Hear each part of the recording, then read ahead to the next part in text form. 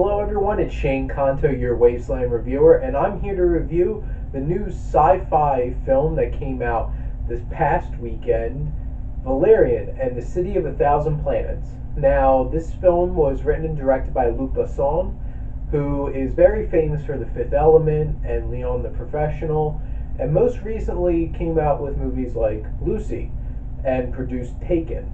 And going into I saw the trailers. I'm like, this could be a really cool thing to watch in terms of sci-fi. I'm a huge sci-fi fan, so I'm always game for good sci-fi. I was a little worried because you didn't get a whole lot of story really from the trailers, and also not the hugest fans of Dane DeHaan or Cara Delevingne. So I was like, I don't know about this film, and leaving the film, it was more disappointing than I anticipated, and I'm going to tell you why. The first third of this movie was so cool that I'm like, holy crap, this is raising my expectations. I might really enjoy this, and then it slowly fell off and back down to what I expected it to be. Now, I'm going to take a step back and start over with specifically talking about the direction. Luc Besson has such great energy directing this film, and you can tell that he had a blast making this, and this was a lot of passion going into this film. And honestly, the opening sequence of this film is one of the coolest montages I've seen in a movie in a long time, and mixture of the music and the shots and just what they're doing with it is so engrossing and really brings you in. The first three set pieces, I guess, of this film are so amazingly engrossing and just pull you in, and then it kind of just lets you down, unfortunately. And the pacing goes from very high energy to just a slog trying to get through the last 2/3 of this 2 hour and 20-minute movie. And that was really disappointing because by the end I'm just like, let this just end, I don't care anymore. And that's really, really upsetting, especially how well done the first third of this film was. And then you have a ridiculously uneven tone where things get super serious and then super weird and just all over the place. I don't know how to feel about this film. A lot of the scenes felt really odd and out of place. And it was supposed to be going for that quirky vibe, but it didn't really work for me, and there's some scenes that it's just like, this should not have been in this movie. It just felt so out there and just thrown in, including Rihanna's scenes. What a surprise. And, like, it never really hits you emotionally at all, really, except for one sequence towards the beginning of the film where there's not much dialogue setting up this alien race. That hit me more than any of the characters that I got to know the whole rest of this film, and that's just like, it's really deflating. I think that's the best way to describe how I felt by the end of this film, because this movie blew me up, the first third of it, and then just let all the air out, and just by the end I'm just back to, I'm a dead balloon, and just like, well, this movie's over.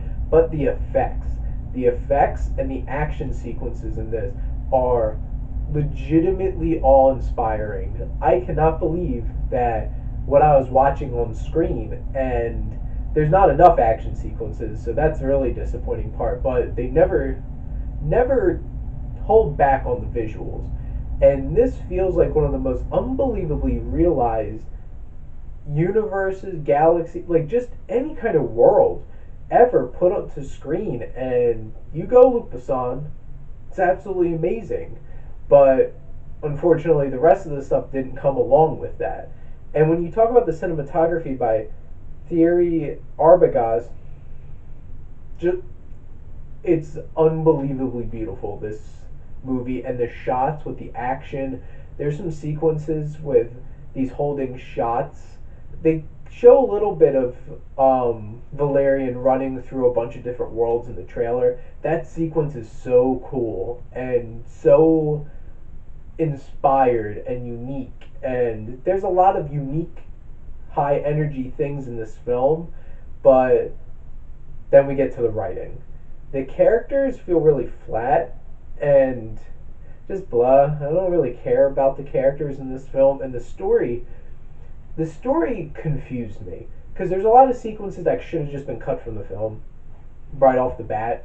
Would have cut the runtime. They felt needless. They didn't really do anything to move the story along, and the story got less and less interesting as you went on, and there was a distinct lack of clear structure because we had this opening montage that engrosses you, but then you get another scene that feels like an attention grabbing opening sequence, and that was really cool too. So now I'm really engrossed. And then you know how in a James Bond film they have that opening mission kind of thing that's supposed to set the tone. So it feels like yet another opening scene. And that scene goes on. It legitimately felt like for 25 minutes, 30 minutes of the movie, and it's just like I feel like we're still in the startup gear. When's this movie actually going to get started? What's this movie about? Where are we getting there? And that odd sense of just stalling really affected the film and me getting engrossed in this film. And the dialogue, it was just bad. Just bad.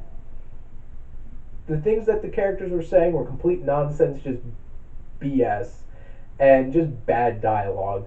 It's just like, I can't believe these characters are saying these things, and too many times a character would add on extra dialogue to describe what he is doing or she is doing that we could see. We have eyes. We can just watch it, okay?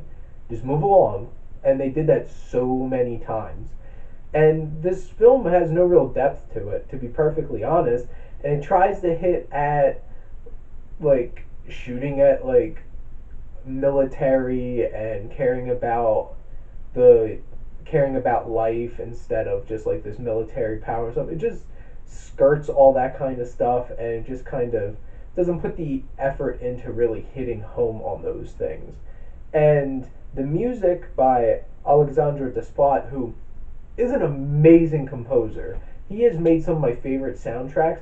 It was a good soundtrack. I expected a lot more from a sci-fi film like this, and especially the music in the trailer set such a unique tone. They really didn't have that in this film. It felt a little too generic and too safe. They should have went just as far out with that music and tried something different, like an Interstellar. It feels so different that it really gives character to the film. And there's a missed opportunity in this film for that. But it is a good soundtrack. It's well done.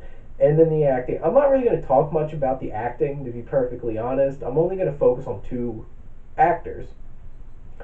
Cara Delevingne.